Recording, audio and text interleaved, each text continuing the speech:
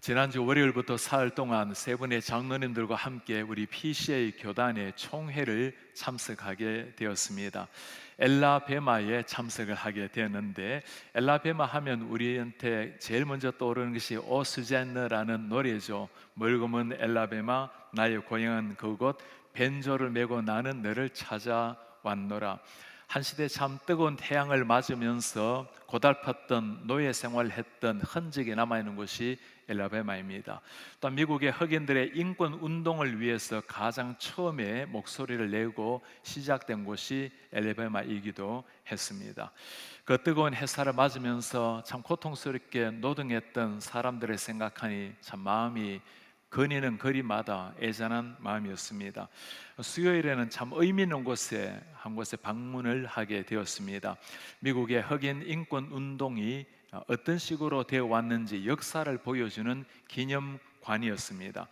흑인들의 삶은 태어나면서부터 이미 결정이 되었습니다. 백인 아이들은 버스를 타고 학교를 다녔지만 흑인 아이들은 헐길을 걸어서 가야만 했습니다. 백인들이 먹는 음료수대가 따로 있고 흑인들이 먹는 음료수대가 따로 있었습니다. 차를 타면 앞좌석에는 백인만이 앉을 수가 있고 뒷좌석에 흑인들이 앉았고 앞좌석에 좌석이 없어지게 되면 뒤에 있는 흑인들이 자리를 양보해야만 되는 상황이었습니다. 이런 참 억울했던 암울했던 시절에 이 흑인들의 인권 운동에 불을 지핀 한 여인이 있습니다. 로자 파크스라는 한 여인이었습니다. 재봉일을 했던 사람인데 1955년 12월 5일 일을 마치고 집으로 돌아가는 길에 고달픈 몸으로 버스 뒷칸에 앉았습니다. 백인들이 타기 시작을 했고 점점 앞자리가 다 채워지고 나니까 뒤에는 흑인들에게 자리를 양보하라고 운전사가 요청을 했습니다. 세 사람은 자리를 양보했고 이 파크스는 끝까지 그 자리에 앉아 있었습니다. 결국에는 경찰에게 체포를 당하고 감옥에 들어가게 되었습니다. 이 사건이 발단이 되어서 흑인 인권 운동에 더욱더 불을 지피게 되었고 당시 때는 이름이 없었던 마르틴 루터 킹이 이때부터 등장해서 전 미국의 흑인 인권 운동을 앞장서서 주도하게 되었습니다. 당시에 흑인 인권 운동을 한다라는 것은 쉬운 일이 아니었죠. 매를 맞아야 했고 끌려가서 감옥에 잡혀 들어가 있고 때로는 KKK 집단에 목배임을 당해서 죽기도 하고 참 참혹한 그 어려운 고통을 당하게 됐던 시절이었습니다. 이런 아픔과 고난, 때로는 생명을 거는 위협을 다 겪고 난 다음에 흑인들의 자유 인권을 오늘처럼 가지게 된 겁니다. 목사로서 그 역사를 하나씩 둘러보면서 그들은 이 의미 있는 일, 정말 그들에게 꼭 필요한 가치 있는 이 운동을 위해서 그들의 젊음, 그들의 물질 삶을 바쳤는데 과연 나는 무엇을 위해서 내 젊음 삶을 바치고 있는가 자신을 참 많이 돌아보는 시간이었습니다. 사람들은 정말 의미가 있는 일에 자기 자신을 드리기 마련이죠. 그게 정말 의미가 있다면 거기에 물질을 드리고 내 삶을 드리고 자녀들도 그것을 위해서 준비를 시키게 되는 겁니다. 빅터 프랭클리 쓴 책 중에 Man's Search for Meaning이라는 책이 있죠. 의미를 찾아서 우리말 번역이 되기는 죽음의 포로 소용서라는 제목으로 번역이 되었습니다. 자기 자신이 죽음의 포로 소용서에서 고통을 보내었던 한 사람, 그가 이 책에서 가장 강조하는 두 단어가 있습니다. 사람이란 아무리 처참한 상황에 처해진다 하더라도 거기에서도 의미를 찾을 수 있다. 그 의미가 사람을 살아내게 만든다는 것. 그리고 어떤 상황에 어떤 비참한 인간이라 하더라도 그 사람에게는 신이 부여한 가치가 있다는 겁니다. 의미가 있기에, 사람은 존중히 여겨야 되는 가치가 있기에 우리 삶이 의미가 있다라는 말입니다. 우리 성도님들 한번 물어보시길 바랍니다. 내 삶에 정말 이런 심장을 뛰게 만드는 의미, 가치는 어디에 있습니까?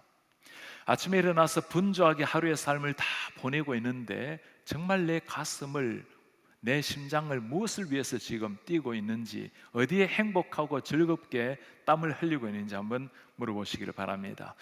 오늘 말씀은 당신은 정인입니까? 라는 제목으로 전도와 선교에 대한 주제로 말씀을 나누려고 합니다. 당신은 정인으로 살아가고 있는가?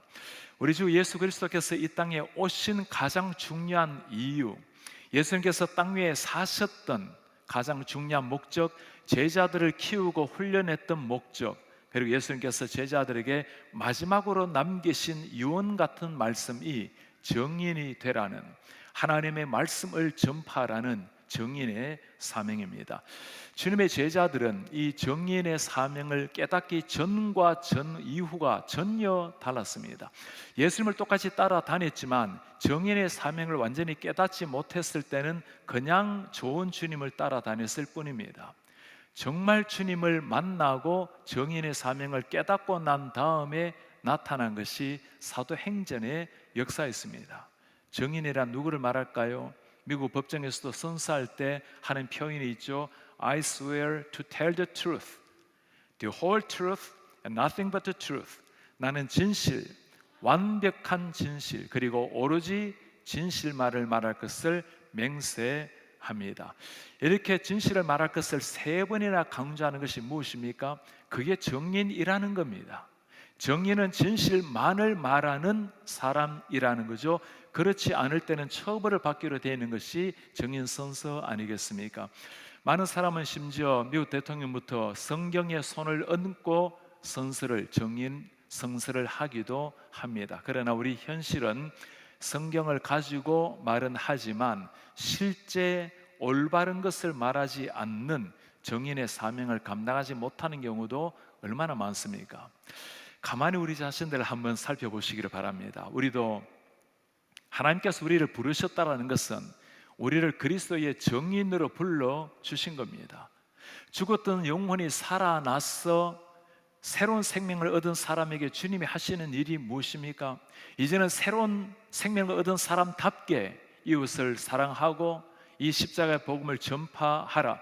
생명의 복음 한 사람 한 사람에게 나누기를 우리는 주님을 믿고 나의 구주로 영접하고 그렇게 살기로 결단을 다 했던 사람들입니다. 정인되기로 약속한 사람인데 지금 우리의 삶을 가만히 한번 물어보시기를 바랍니다. 오늘 주님께서 우리에게 맡기신 마지막 부탁, 정인의 사명 다시 한번 새기면서 주님의 정인 3가지로 살펴보려고 합니다. 첫 번째 정인의 삶은 예수 그리스도의 복음을 전파하는 사람. 정인이란 심플하게 예수의 십자가와 부활의 복음을 증거하는 사람입니다. 모든 게 다 부족해도 한 가지는 확실해야 됩니다. 그리고 그리스도의 정인이란 아무것 모른다 해도 한 가지는 확실히 경험하고 본 사람입니다. 예수님의 십자가와 부활을 본 사람입니다. 오늘 주님께서 뭐라고 말씀하십니까? 내가 너희와 함께 있을 때 너에게 말한 바 곧 모세의 율법 선지자의 글 시편에 나를 가리켜 기록된 모든 것이 이루어져야 하리라 한 말이 이것이라 하시고, 예수님께서는 신약에도 구약에도 모든 말씀이 그 핵심이 당신 자신이라고 말씀을 하고 있습니다.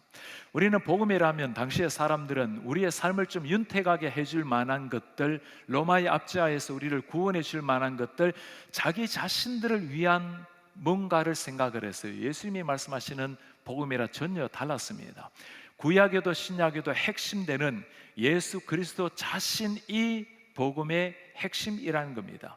그 예수님의 복음의 핵심이 무엇이죠? 주님 말씀합니다. 이같이 그리스도가 고난을 받고, 사람들이 생각했던 우리의 삶을 윤택하게 해주는 그것이 아니었어요. 고난받고 3일에 죽은 자 가운데서 살아나실 것, 부활의 복음, 그의 이름으로 죄사함을 받게 하는 회개가 예루살렘에 시작해서 모든 족속에게 전파될 것이라. 복음의 핵심이 예수의 십자가요, 예수님의 부활이요, 죄사함을 받게 하는 회개. 정말 이 회개가 일어났다면, 예수를 믿는다면 예루살렘으로부터 땅끝까지 복음을 선포하라. 예수께서 말씀하셨던 복음의 핵심 내용입니다. 그리고 이 복음을 전파하라. 한번 물어보시길 바랍니다. 지금 6개월이 이제 한 해가 다 지나가고 6개월이 다 지나가고 있습니다. 지난 6개월 동안 나로 말미암아 주님을 만나게 된, 구원을 얻게 된 사람이 여러분 계십니까? 다른 질문도 한번 해보시기 바랍니다. 지난 6개월 동안 내가 한 번이라도 진지하게 이 예수님을 나누어 본 적이 있습니까? 예수님의 모든 관심, 예수님의 가장 중요한 마지막 유언이 정인되라는 것인데, 복음 전하라는 것인데, 6개월이 지나도록 우리 마음속에 그런 경험이 없다면 한번 깊이 들여다보셔야 됩니다. 그렇게 분주하게 삶을 보내고 있는데, 그렇게 삶을 애태우면서 땀을 흘리며 살아가고 있는데, 나는 무엇을 위해서 살아가고 있는가? 어떤 것이 정말 내 삶의 가장 의미로운 일로 내 심장을 뛰게 하고 있는가? 주님의 전도 계획이라는 전도의 선교의 가장 중요한 책을 쓴 로버트 쿨만 박사의 책이 있습니다. 이 책에서 보면 건강한 교회, 진정한 제자된 교회가 어떤 교회라는 것을 보여주는 게 나옵니다. 교회 등록부에 많은 사람이 등록한 것, 그거는 귀한 일이지만 그것이 아닙니다. 물질이 많아서, 예산이 많아서 많은 일을 활발하게 하는 교회, 참 좋은 일을 하지만 그러나 그것도 진정 성공한 교회가 아니라고 합니다. 진정한 교회는 얼마나 많은 성도가 믿지 않는 죄인을 구원시키고 있는지, 복음을 전해서 믿지 않은 사람이 믿도록 만들어내는지, 그 다음에 그 사람으로 하여금 믿게 만들고 훈련시켜서 또 다른 제자를 세우고 있는지. 진짜 건강한 교회란 내가 제자로 되고 다른 사람을 제자 삼는 교회, 구원을 받게 하고 그로 하여금 다른 사람을 구원시키게 하는 것, 그게 진짜 교회, 성공적 교회라는 의미입니다. 오늘날 우리의 문제는 이런 것을 몰라서가 아니죠. 잘 알고 있지만 그러나 정인된다라는 그 삶을 나의 것으로 받아들이지 못하는 것이 우리의 진정한 문제가 아니겠습니까? 존 스토트가 쓴 책 중에 Guilty Silence라는 책이 있어요. Guilty Silence, 전도하지 않는 죄. 우리는 전도하지 않는 것을 가지고 죄라고 여기는 사람이 있을까요? 뭘 잘못하는 것에 대해서는 죄라고 여기고 회개를 하겠지만 전도하지 않는 것에 대해서 죄의식이 사라져버린 시대. 이 책이 출판된 것은 70년도 더 전입니다. 그때는 이 책이 센세이션을 일으키고 많은 사람들 가슴 속에 내가 다시 한번 전도자로 일어나야 되겠다라는, 주님 앞에서 자기 자신을 돌아보는 이런 회개운동이 일어났던 시대예요. 이제는 책 제목마저도 잊혀져간, 전도 자체가 들려지지 않는 이런 시대를 점점 맞이하고 있는 겁니다. 왜 전도하지 않은 것을 죄라고 말하고 있을까요? 예수님께서 가장 중요하게 가르치신 것, 하나님이 세상에 오신 목적, 제자들을 훈련한 목적, 마지막 유언으로 남긴 삶의 목적이 전도하라는 건데, 선교하라는 건데, 정인되라는 건데, 모든 걸 다 하려고 하는데 하지 않은 것이 정인의 삶 아닐까요? 그냥 이루어지는 게 아니죠. 이게 사탄이 제일 싫어하는 것이 무엇일까요? 한 사람이라도 주님을 만나서 변화되는 것, 어쩌든지 복음을 가로막으려고 하는 것, 그게 사탄이 하는 일 아니겠습니까? 오늘 주님께서 우리에게 하는 부탁입니다. 땅끝까지 가서 이 복음을 전파하라. 이 사실은 바울이 잘 깨달았습니다. 그가 하는 고백이에요. 내가 복음을 전할지라도 자랑할 것이 없다는 것, 내가 부득불 할 일이라, 해야만 되는 사명이라. 만일 복음을 전하지 않는다면 내게 화가 있을 것이로다. 바울의 가슴이 느껴집니까? 내가 이 복음을 전하지 않으면 도리어 내게 화가 있으리라는 것. 이번에 우리 교회에서 세계 한인 선교대회 KWMC를 호스트하게 되어서 얼마나 감사한지 모르겠습니다. 이 대회를 준비하면서 우리 이은사 목사님 초기부터 계속 위턴 대학교에 4년마다 참석을 하셨는데, 천국에서 지켜보시면서 얼마나 행복해 하실까라는 생각을 하게 됩니다. 봉사자 모집을 했는데 어제까지 157명이나 되는 많은 봉사자가 사인업을 했어요. 하루 휴가를 내기도 하고 나흘 휴가를 내기도 하고, 우리 목회자들과 지역의 봉사자를 합치면 아마 200명 정도가 봉사 자원으로, 요원으로 섬기지 않을까 생각이 듭니다. 우리의 섬김으로 말미암아 어떤 일이 일어나기를 기대할까요? 참으로 힘겹게 선교하고 있는 우리 많은 선교사님, 특히 팬데믹을 지나가면서 참 힘겹게 고군분투하는 선교사님들, 그분들이 이번에 참석을 하셔서 우리의 섬김으로 말미암아 새 힘을 얻어서 선교지로 들어가게 된다면 우리는 새로운 한 선교사님을 파송하는 것이나 똑같은 겁니다. 많은 선교사님의 자녀들이 와서 이번에도 수십 명의 선교사로 결단을 하게 될 것입니다. 그들이 부모님의 선교 사명을 따라서 하나님의 콜링을 따라서 선교사로 세워진다면 우리의 섬김으로 말미암아 누군가를 선교사로 파송하는 것이나 마찬가지 일이 될 것입니다. 미주 전역에 많은 목회자, 많은 성도님이 참석을 하게 될 것입니다.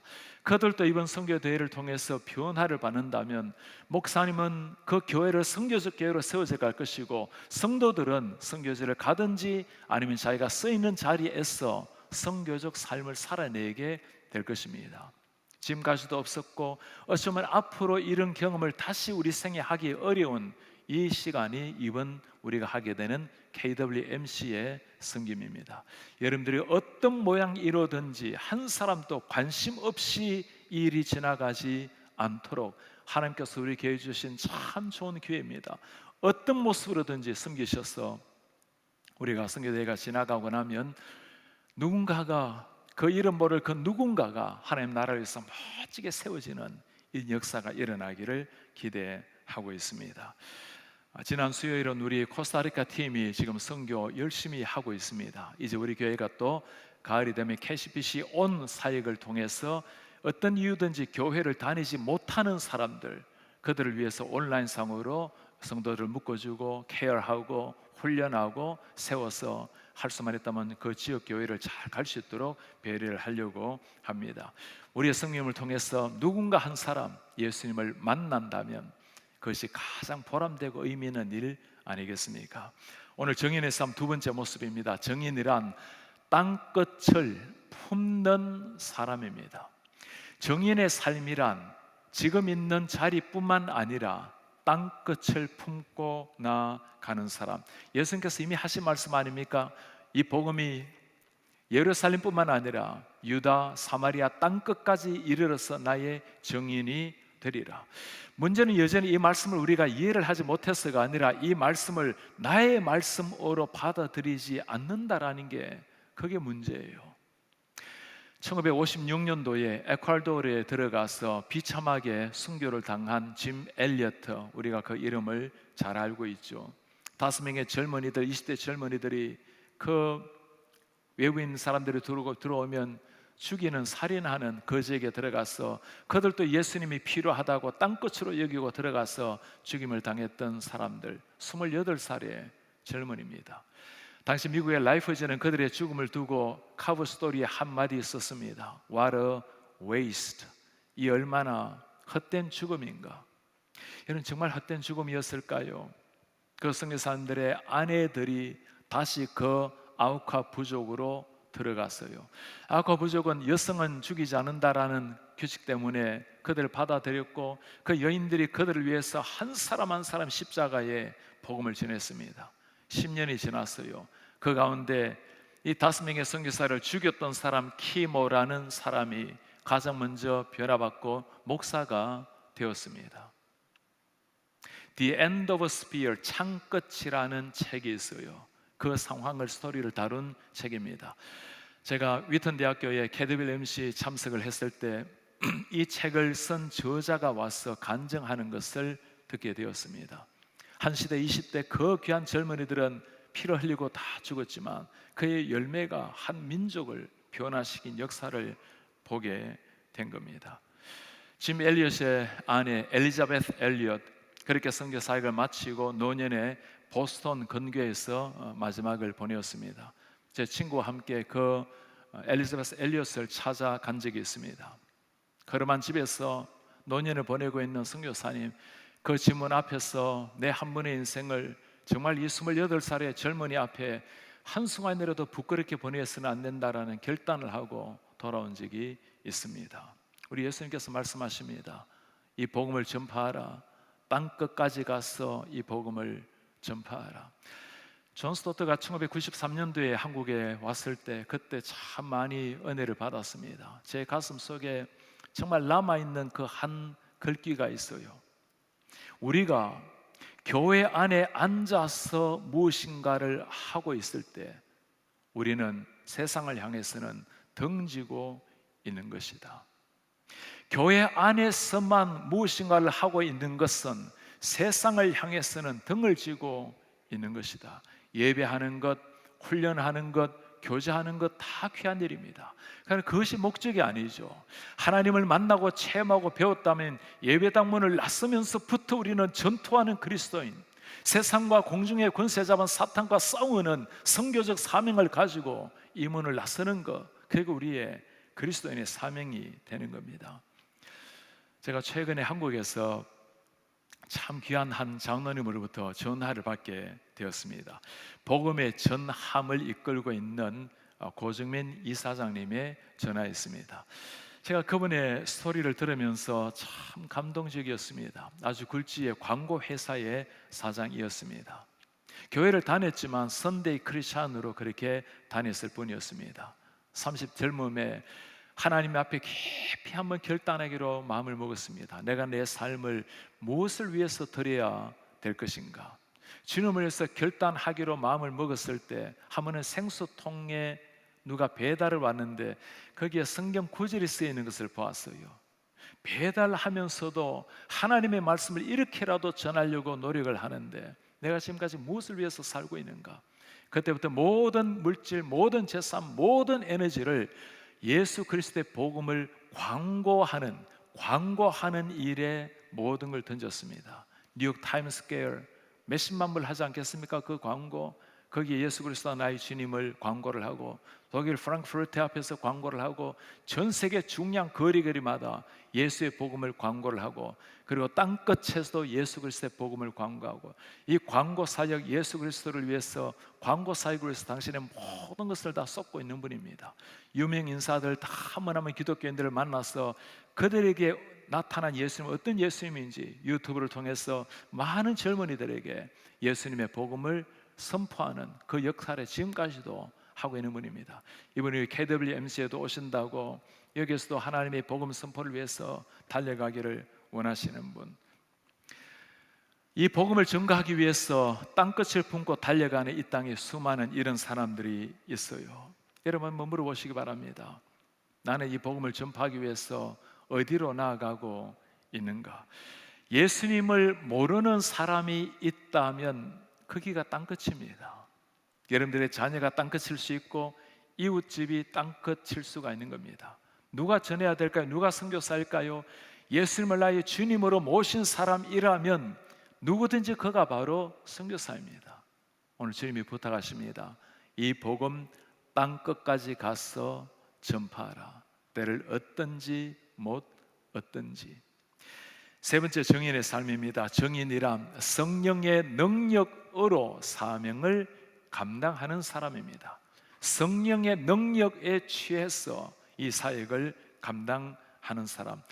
땅끝을 품는 복음 사역이라는 게 쉬운 것이 아니죠. 우리 최선의 노력을 한다 해도 그것으로 되지 않는다는 거 주님이 잘 아십니다. 오늘 주님께서 뭐라고 우리에게 약속을 하십니까? 볼지어다 내가 아버지께서 약속하신 것을 너희에게 보내겠다. 위로부터 능력으로 입혀질 때까지 이 성에 머물라. 지금 뭘 약속하시고 계시는 거죠? 성령을 약속을 하고 계시는 겁니다. 누구에게 약속하는 거죠? 갈릴리 어촌에서 물고기 잡다 온 그 베드로, 돈을 거두며 살았던 세리마태, 미천했던 한 사람에게 성령이 임하시면, 능력이 임하면 반드시 새로운 인생을 살게 될 것이라고. 과연 그들 위에 성령이 임했어요. 성령이 임하기 전의 삶과 임한 위의 삶이 전혀 다르다라는 것 우리가 잘 알고 있지 않습니까? 그들의 능력, 그들의 재능이 아니었어요. 성령이 임하고 나니까 성령이 그들을 통로로 삼아서 일어난 것이 사도행전의 역사입니다. 영혼을 살리는 사명자 인생, 우리의 최선이 아니라 성령이 임할 때 가능한 삶이라 했습니다. 지난 주일에는 우리 교회에 두 분의 목사 안수식이 있었어요. 우리 어린 시절부터 우리 교회를 위해서 참 자라났던 우리 마이클 쿠 강도사님이 이제 목사 안수를 받게 되었어요. 노명우 목사님, 우리 웹 사역과 청년 사역을 하고 있는 우리 목사님 목사 안수를 받게 되었습니다. 목사 안수 때 제가 바울의 목회를 두고 네 가지 부탁을 했어요. 한 영혼을 품는 목자가 되어주세요. 예수의 복음을 전하는 목자가 되어 주십시오. 최선을 다하는 목자. 그리고 마지막으로 최선을 다하되 성령에 의지하여 최선을 다하는 목자가 되어 주십시오.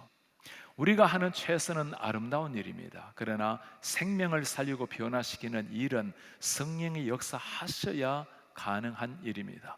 목사로서 살아다가 지칠 만한 일이 왜 없겠습니까? 내 열심 노력이라면 지칠 수밖에 없죠. 성령이 주시는 능력을 덧입어야 날마다 새로워질 수가 있는 겁니다. 젊은 날 중국에서 선교사를 보냈을 때였습니다. 박사과정에 들어갔다가 휴학을 하고 선교지로 들어갔을 때였습니다. 교수 비자를 받아서 들어갔기에 좋은 신분으로 지냈지만 처음에는 사람들을 보니 참 얼마나 사랑스러운지, 사람들을 좋아하니까, 중국을 좋아하니까 사람들도 좋고 언어도 아름답게 들리고, 아침에 달리기를 하고 나면 길거리에 중국에는 국수를 많이 팔아요. 20센트짜리 국수를 먹다 보면 그 비포장 도로에 차가 확 지나가고 나면 먼지가 그냥 고스란히 내려앉습니다. 그리고 국수 먹고 물 마시고 나면 정말 밑에 모래 같은 것들이 자욱할 정도로, 그런 걸 먹고 마셔도 행복하고 즐겁고 같이 웃으면서 삶을 보내고, 때로는 제가 고아원에서 아이들을 가르칠 때는 멀리서 귀한 손님이 왔다고 토끼를 잡아서 생간을 먹으라고 하는데, 그것도 여러분 사랑하면 다 맛있어요. 거위 간 먹어보셨나요? 거위 간, 거위 목 잘라가지고 피도 마시고 그 상상이 안 되는 일인데, 그래도 사람이 사랑스럽고 의미가 있다고 생각하면 눈에 보이는 게 없습니다. 그렇게 행복하게 사역을 하다가 시간이 점점 지나가니까 이제 제가 선교사로 온 것을 알고, 이 동료 사람들이 때로는 참 힘들게 만들기도 하고 위협에 처하게 만들기도 하고 참 배신하기도 하고, 점점 마음속에 이렇게 힘든 게 자꾸 쌓여져 가니까 이 선교하기가 참 힘들게 되었어요. 그래서 제가 이제는 마음을 고쳐 먹었습니다. 사랑만을 가지고 할 것이 아니라 옳은 걸 가르쳐야 된다. 그러니까 정의를 무엇인지를 가르쳐야 된다. 중국에는 당시 때 20년도 더 됐으니 질서도 없고 거짓말하고, 이제는 참지 않고 하나씩 이제 고쳐주기를 마음을 먹었어요. 한여름에 택시를 타고 가다가 이 운전사가 거대한 큰 물병을 마시고는 창문 열이더니 밖으로 확 던져요. 그래서 제가 바로 차를 세우고 뛰어가서 물병을 들고 왔습니다. 이러면 안 되는 거라고. 또 가더니 이분이 또 어디 골목을 돌더니 또 큰 물병을 또 집어 던져요. 제가 이대로 멈출서는 안 되죠. 오늘 정말 버릇을 고쳐야 된다고 또 뛰어가서 물병을 가져와서 부하오, 이러면 안 된다고. 세 번째 어느 골목을 지나가더니 또 던져요. 그러니까 제가 차를 세우고 무슨 이유 때문에 던지는지 지켜보았습니다. 그랬더니 저기 어느 곳에선가 아이들이 막 뛰어와서 그 물병을 집어들고 가요. 그 고아 아이들이었어요. 그 운전수는 그 고아 아이들에게 이것이 얼마나 소중한 선물이라는 걸, 그 아이들을 위해서 던진 물병인데 이 차가운 가슴을 가지고 정의의 이름으로 옳은 걸 가르쳐 주겠다고, 제가 제 생에 그만큼 부끄럽고 수치스러운 순간이 없었습니다.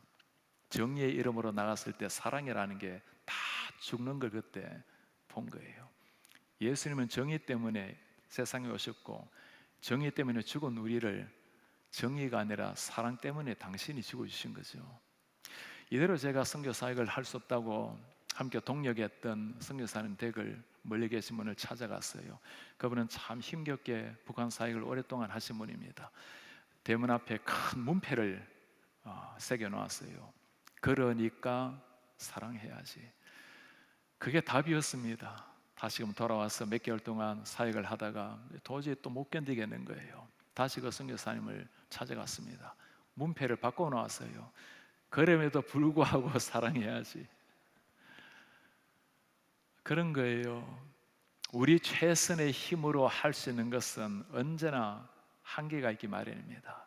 성령이 주시는 능력, 성령의 은혜가 내 속에 임해야 복음 때문에 매를 맞아도 즐겁고 감옥에 들어가도 행복하고 죽음 앞에서도 당당하게 기뻐하라고 말할 수가 있는 거죠.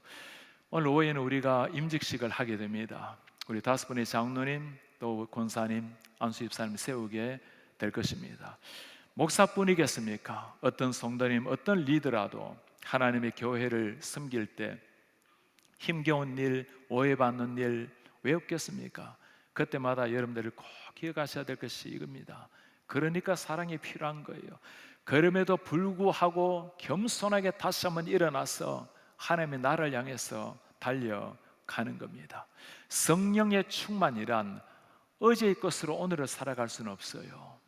오늘의 성령 충만하다고 내일 충만한 것 아닙니다. 매일 매 순간 위로부터 오시는 능력을 덧입어야 매일 매 순간 새로운 모습으로 주님 앞에 살아낼 수가 있는 겁니다. 우리 성도님들 평생의 삶에 오늘 주님이 부탁하시는 이 사명, 복음 전파의 사명을 위해서 내 최고의 능력 결단이 아니라 성령의 능력이 내게 임하여서 그렇게 자발적으로 살아낼 수 있는 이런 하나님의 사람들 되시기를 바랍니다. 오늘 우리는 예수님께서 우리에게 유언같이 남긴 마지막 말씀을 듣게 되었습니다. 복음을 전파하라.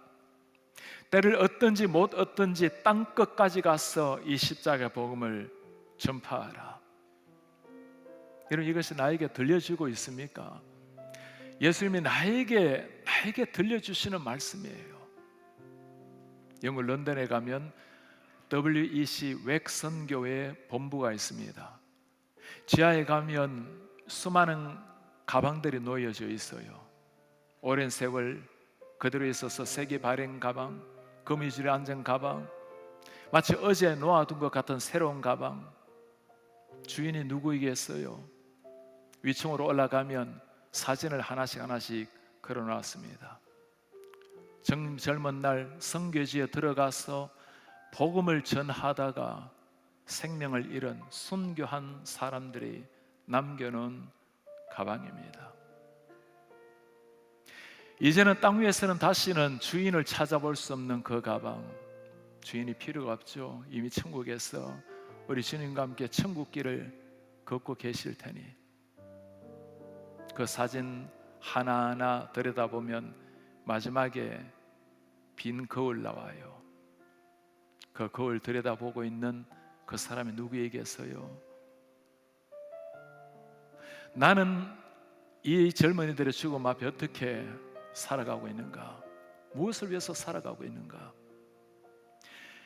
짐 엘리엇이 남긴 책 제목이 전능자의 그늘이라는 책이 있습니다. 그가 하는 말이에요. 영원한 것을 위해서 일시적인 것을 내려놓는 것은 전혀 이상한 일이 아니다. 어리석은 일이 아니다. 영원한 것을 위해서 일시적인 것들 다 버린다 해도 조금도 어리석은 일이 아니다. 그래서 사랑하는 성도님들, 정말 여러분들의 심장을 뛰게 하는 것이 무엇입니까? 부디 한 번 사는 인생인데 애매하게 적당하게 그렇게 살지 마시기를 바랍니다. 100년 살다가 천국에 이르게 될 때 아무 소용없는 것들 필요할 때 필요할 정도로 사시고, 그걸 위해서 땀 흘리고 그걸 위해서 애를 태우고 그것 때문에 화가 나고 그렇게 살지 마시기 바랍니다. 주님 앞에 서게 되는 순간 다 사라질 일들이에요. 그러나 주님이 무엇을 위해서 사시라고 말씀하신 게 있어요. 주님이 세상에 오신 목적입니다. 마지막으로 남긴 부탁이에요. 이제 이 복음을 전파하라. 여러분들의 가족 중에 땅끝이 계십니까? 한국에 계십니까? 저 다른 나라에 계십니까? 곁에 계신다면 교회로 잘 인도하셔서 주님을 만나게 해주십시오. 저 멀리 계신다면, 교회 나기가 어려우시다면 이번에 온 사역, 온라인 사역을 시작을 합니다. 초청을 하셔서 주님 만나게 해보십시오. 내 가슴 속에 이런 마음이 필요합니까? 뭔가 내 삶에 심장이 뛰는 이런 일이 필요합니까? 이번에 KWMC를 통해서 이 말씀의 은혜를 한번 받아보십시오. 저렇게 젊은 날 이름도 없이 세계 선교를 위해서, 선교를 위해서 척박하게 살아가고 있는 그 선교사님들의 얼굴을 보고 대화를 하고 간증을 들으면서 도대체 저분들은 무엇이 저렇게 살아가고 있는지 그들을 통해서 우리 예수님의 마음을 다시 한번 깨달아 보시길 바랍니다. 그래야 한날을 살아도, 정말 한날을 살아도 심장 뛰는 삶이 시작되는 겁니다. 그렇게 주님이 원하시는 삶, 한 영혼을 살려서 가장 의미 있는, 가장 영광스러운 삶을 살다가 우리 주님 앞에 쓰시는 이런 하나님의 사람들 되시기를 예수님의 이름으로 축복합니다. 다시 일어나셔서 말씀 가슴에 새기면서 우리 결단하는 찬송 드립시다. 세상 모든 민족이 구원을 얻기까지 쉬지 않으시는 하나님, 주의 심장을 가지고 이제 우리가 일어나겠습니다. 세상 모든 육체가 주님의 영광을 보도록 우린 주님을 섬기겠습니다. 온 세상 만민이 주님의 복음을 듣기까지, 온 세상 가득한 승리의 함성까지 세상 모든 민족이 구원을 얻기까지 쉬지 않으시는 하나님, 쉬지 않으시는 하나님, 주의 심장 가지고, 주의 심장 가지고 우리 이제 일어나 주 따르게 하소서. 세상 모든 육체가, 세상 모든 육체가 주의 영광 보도록 우리를 부르시는 하나님, 우리를 부르시는 하나님, 주의 손과 발 되어 주의 손과 발 되어 세상을 치유하며 세상을 치유하며 주 섬기게 하소서. 주 섬기게 주님, 우리 바다 덮음같이 우리 바다 덮음같이 여호와의 영광을 인정하는 날, 여호와의 영광을 인정하는 세상 가득하리라. 온 세상 가득하리라. 우리 바다 덮음같이, 우리 바다 우리 바다 덮음같이, 우리 바다 우리 바다 덮음같이, 우리라 그날에 영의 눈을 뜨고 쳐다보세요. 주의 영광 가득한 세상, 가득한 세상, 우리는 듣게 되리. 오 주는 우리의 귀를 열고 듣게 하소서. 온 세상 가득한 승리의 함성 우리 바다 덮음같이 여호와의 영광, 여호와의 영광을 인정하는 온 세상 가득하리라. 우리 바다 덮음같이, 우리 바다 우리 바다 덮음같이, 우리 바다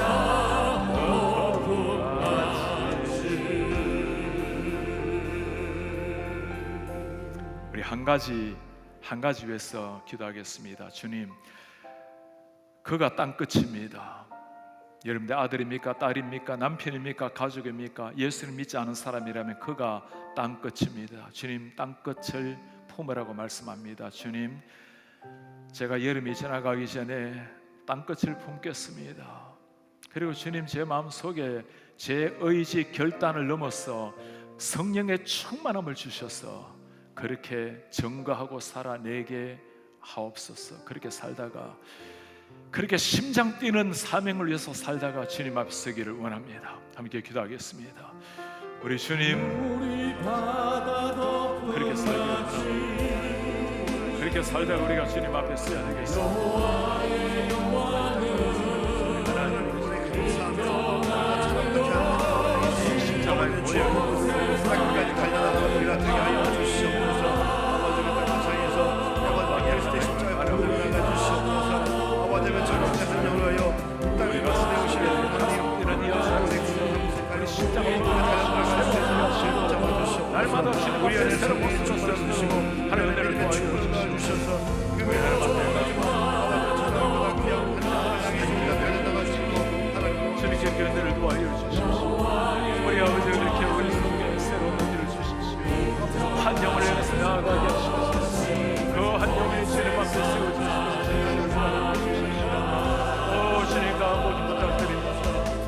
그렇게 살아내 온 성도, 온 나라, 온 교회 생명들도 하나님 그렇게 늘 도와여 주십시오.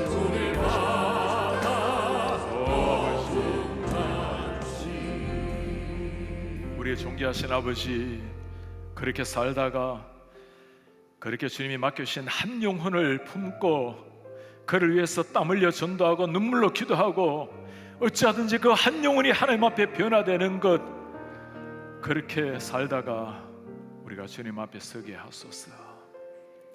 주 예수 그리스도의 은혜와 하나님의 사랑과 성령의 교통하심이, 하나님께서 우리에게 맡겨주신 그 사명 마지막 이유는 너희는 가서 이 복음을 전파하라, 땅 끝까지 가서 복음을 전파하라.